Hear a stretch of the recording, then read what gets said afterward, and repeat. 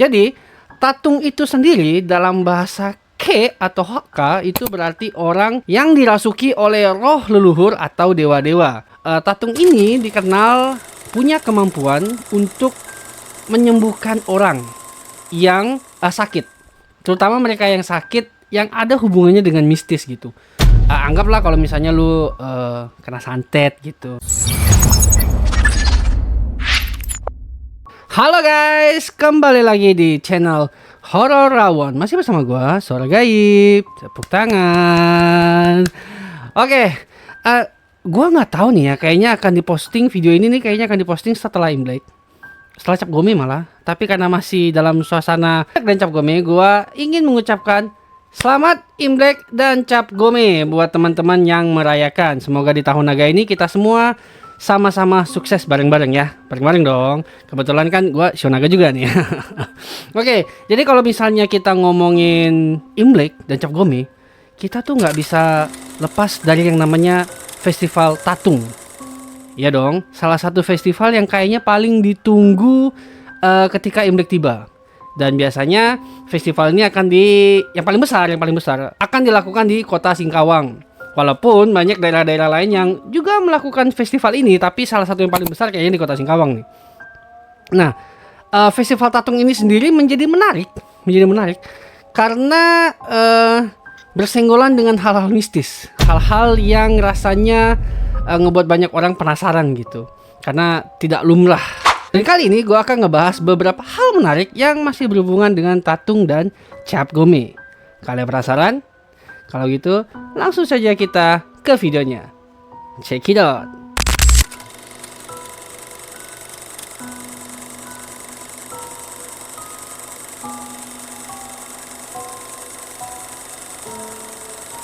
Oke, pertama-tama mari kita bahas apa itu tatung. Mungkin banyak dari kalian yang mengenal tatung itu dari festival Cap Gome, yang setiap festivalnya itu akan ada orang yang tusuk pipi atau nginjek-nginjek pedang gitu. Tapi enggak, tatung itu enggak hanya nusuk-nusuk badan dan nginjak-nginjak pedang tajam gitu, enggak.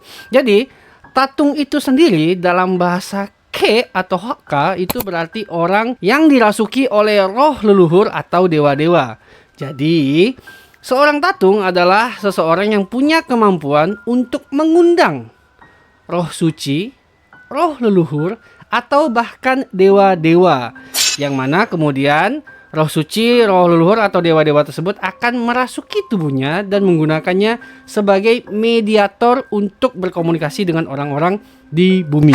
Jadi bisa dibilang kalau seorang tatung itu adalah seorang mediator yang dibutuhkan oleh para roh suci, roh leluhur, dan dewa-dewa agar mereka bisa turun ke bumi dan berinteraksi dengan manusia. Seperti yang gue bilang tadi, kayaknya banyak dari kalian yang tahu tatung itu dari festival Cap Gome deh, entah itu dari video atau lu datang langsung ke Singkawang misalnya. Kebanyakan dari kalian mungkin kenal tatung itu mereka suka tusuk-tusuk badan gitu, padahal enggak kok. Kalau mau dibilang, bahkan sebenarnya aksi tusuk-tusuk badan ini sangat jarang sekali dilakukan oleh para tatung. Jadi pertanyaannya adalah kenapa para tatung ini membiarkan tubuhnya dijadikan mediator oleh para roh suci, roh leluhur, atau dewa-dewa ini. Sebenarnya tatung ini sendiri punya tujuan ketika dia mengundang roh suci atau roh leluhurnya atau dewa-dewa gitu. Tatung ini dikenal punya kemampuan untuk menyembuhkan orang yang sakit, terutama mereka yang sakit yang ada hubungannya dengan mistis gitu. Anggaplah kalau misalnya lu kena santet gitu, atau apapun lah yang berhubungan dengan mistis. Biasanya tatung ini bisa membantu kalian untuk menyembuhkannya. Selain itu, tatung juga dipercaya bisa melakukan tolak bala atau bahkan memberi pemberkatan. Misalnya nih, kalau misalnya lu merasa rumah lu tidak nyaman untuk ditinggal dan lu percaya kalau di rumah lu tuh ada makhluk-makhluk halus gitu, jadi lu harus melakukan ada yang namanya tolak bala gitu. Tatung tuh bisa ngebantu gitu untuk melakukan hal tersebut. Dan juga pemberkatan, misalnya kalau kalian mau buka usaha baru biar usaha lu banyak rezeki, banyak orang-orang yang meminta bantuan tatung untuk memberi berkat ke toko-toko mereka sehingga bisnisnya lancar. Dalam tanda kutip, ini bukan pesugihan ya, bukan. Karena ini tidak memakai sajen dan lainnya, enggak. Ini pure hanya memberikan pemberkatan aja dengan doa-doa gitu. Jadi tatung itu sendiri sebenarnya nggak cuman soal nusuk-nusuk badan, enggak guys, enggak. Nah kan gue udah jelasin tuh apa itu tatung. Terus mungkin ada beberapa dari kalian yang bertanya, gimana sih caranya jadi tatung? Gue bisa nggak sih? nah ini mau gue jelasin nih, syarat untuk menjadi tatung. Oke, jadi dari informasi yang berhasil gue kumpulkan, ternyata untuk menjadi tatung itu nggak gampang guys, tidak gampang. Kalian itu harus pertama punya keturunan. Keturunan artinya itu kalian punya orang tua atau kakek atau nenek atau siapalah yang pernah menjadi seorang tatung. Dan kalian harus punya, gue nggak mau bilang bakat sih ya, tapi dari informasi yang gue dapet, kalian itu harus punya sesuatu yang mereka sebut sebagai sinkut. Jadi itu dalam bahasa Ke artinya tulang dewa gitu. Jadi kalian harus punya itu. Jadi nggak semua orang bisa menjadi tatung. Tapi kesempatan kalian akan menjadi semakin besar kalau kalian merupakan keturunan dari tatung gitu. Misalnya kakek kalian atau bapak kalian itu seorang tatung. Kemungkinan besar kalian bisa mewarisi kemampuan menjadi tatung. Tapi itu tidak mutlak. Bisa aja putus di lu. Kalau misalnya ya lu nggak punya tulang dewa itu tadi gitu. Jadi ibarat kata menjadi tatung itu lu harus menjadi the chosen one gitu. Harus menjadi orang-orang terpilih. Keren juga ya. Nah, budaya atau tradisi tatung sendiri terutama di Kalimantan Barat khususnya merupakan alkulturasi budaya atau penggabungan budaya antara dua etnis, yaitu etnis Tionghoa dan juga etnis suku Dayak. Kalau dulu tradisi tatung itu identik dengan etnis Tionghoa, sekarang udah enggak. Sekarang ada juga nih tatung-tatung tapi dari etnis suku Dayak gitu. Dan sangat mudah untuk dibedakan, yaitu dari kostum yang mereka kenakan gitu. Jadi kostum yang digunakan saat festival Cap Gome misalnya dari etnis Tionghoa dan etnis suku Dayak itu sangat jauh berbeda. Kalian bisa bedakan lah gitu. Dan pemanggilannya juga berbeda. Kalau misalnya dalam etnis Tionghoa dipanggil tatung, kalau etnis suku Dayak itu dipanggil dato. Ralat gua kalau gua salah ya, silahkan tulis di kolom komentar. Bisa aja gua salah, bisa aja riset gua kurang dalam gitu. Dan biasanya tatung dan dato ini akan pawai barengan gitu. Jadi kalian yang datang di acara Cap Gome pasti akan bisa melihat perbedaannya dengan jelas kok. Kalian bisa bedain, oh ini tatung, ini dato gitu. Nah, jika kita mengutip halaman websitenya Kemdikbud atau Kementerian Pendidikan dan Kebudayaan, kalau etnis Tionghoa dulunya itu bermigrasi dari Cina Selatan ke Kalimantan Barat di pesisir pantai dan muara-muara sungai, yang mana kebanyakan dari mereka itu sukunya adalah suku Ke atau suku Hakka gitu. Nah, lambat laun kan jumlahnya semakin banyak tuh yang bermigrasi dari Cina Selatan, sehingga dibuatlah suatu perkampungan di dekat muara sungai. Jadi perkampungan itu mereka kasih nama San Keujong, yang menjadi kota Singkawang yang kita kenal saat ini. Nah, setelah dibuat perkampungan ini, lama-lama kan jumlahnya semakin banyak tuh, hingga akhirnya pada tahun 1772 ada beberapa dari mereka yang memutuskan untuk pindah dan bermukim di daerah yang bernama Montrado atau yang kita kenal sebagai kota Bengkayang saat ini. Dan mayoritas dari mereka yang pindah ini bekerja sebagai penambang emas, tentu aja di pertambangan emas. Hingga suatu hari perkampungan tersebut mengalami sebuah wabah penyakit yang penyakitnya nggak jelas nih penyakit apa nih. Terus ditambah lagi pada tahun itu kan 1772 ya, jadi pengobatan belum terlalu bagus dan dokter juga nggak ada gitu. Dan setelah melihat begitu banyak korban yang jatuh sakit gitu, akhirnya para warga memutuskan untuk berobat ke tabib dan orang pintar yang ada di kampung itu. Nah, si tabib dan orang pintar ini kemudian kompak untuk meminta para warga melakukan yang namanya tolak bala, tentu sambil dikasih obat-obat herbal gitu.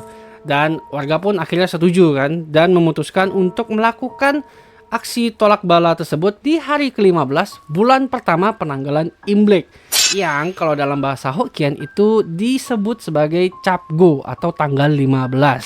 Nah, ajaibnya setelah ritual tolak bala tersebut dilakukan, penyakit yang dialami para warga itu pelan-pelan menghilang gitu, pelan-pelan sembuh. Akhirnya para warga memutuskan untuk melakukan tradisi ini 1 tahun sekali atau diturunkan turun-temurun sampai sekarang, maka dikenal dengan tradisi Cap Gome. Nah, bagi para tatung yang akan mengikuti festival Cap Gome, mereka itu nggak bisa sembarangan guys. Mereka itu harus melakukan puasa untuk menjaga tubuh mereka tetap bersih gitu. Jadi nggak tahu nih, ada yang bilang 1 bulan, ada yang bilang 2 minggu sebelum hari H mereka tuh udah harus puasa gitu. Kenapa mereka harus puasa? Agar tubuh mereka tuh tidak cedera ketika lagi melakukan aksi ya tusuk-tusuk gitu. Jadi kalau misalnya teman-teman lagi ada di acara cap gome gitu, terus melihat ada tatung-tatung yang berdarah atau yang tembus gitu, biasanya mereka puasanya tidak bagus tuh. Maksudnya atau mereka bahkan tidak puasa gitu. Nah, puasanya mereka juga ini agar menjaga energi positifnya lebih baik daripada energi negatifnya. Karena menurut informasi yang gue kumpulkan, di saat cap gome itu ada orang-orang tidak bertanggung jawab yang mau ngetes keilmuan mereka gitu. Bisa aja gue salah, tulis di kolom komentar kalau gue salah. Tapi ada banyak orang yang ngomong ke gue kalau hari itu adalah hari dimana orang banyak kayak ngetes ilmu gitu. Jadi makanya para tatung diminta untuk puasa agar menjaga tubuh mereka tetap bersih sehingga kuat tuh dari serangan luar tuh, kuat gitu. Terus kalau kalian melihat acara tatung gitu, kalian pasti akan melihat ada orang yang mercikin air terus sepanjang perjalanan. Nah itu juga untuk menjaga tubuh mereka tuh biar tetap bersih gitu. Jadi nggak bisa sembarangan.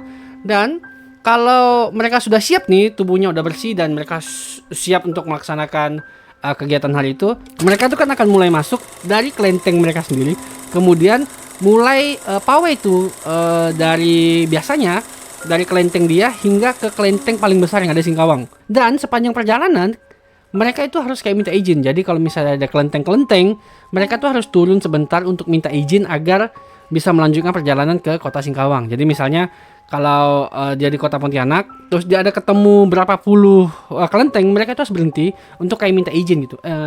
Kayak lapor gitu, sorry bro, gue numpang lewat ya gitu, gue mau ke Singkawang untuk acara gini gitu. Jadi nggak bisa sembarangan, itu ada aturan dan tata caranya. Nah, itulah beberapa informasi-informasi menarik mengenai tradisi tatung dan juga festival cap gome. Nah, kalau misalnya gue ada salah informasi atau ada kekurangan informasi, kalian bisa tulis di kolom komentar karena mungkin informasi yang gue dapetin kurang lengkap atau gimana gitu ya.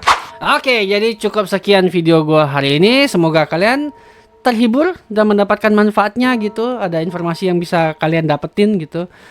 Dan kalau kalian suka dengan video gua kali ini, jangan lupa untuk like, share, dan subscribe. Jangan lupa juga untuk menyalakan tombol lonceng sehingga kalian akan mendapatkan notifikasi jika Horrorawan ngepost video-video baru lainnya. Dan jangan lupa juga untuk mengikuti semua sosial medianya Horrorawan. Link ada di deskripsi.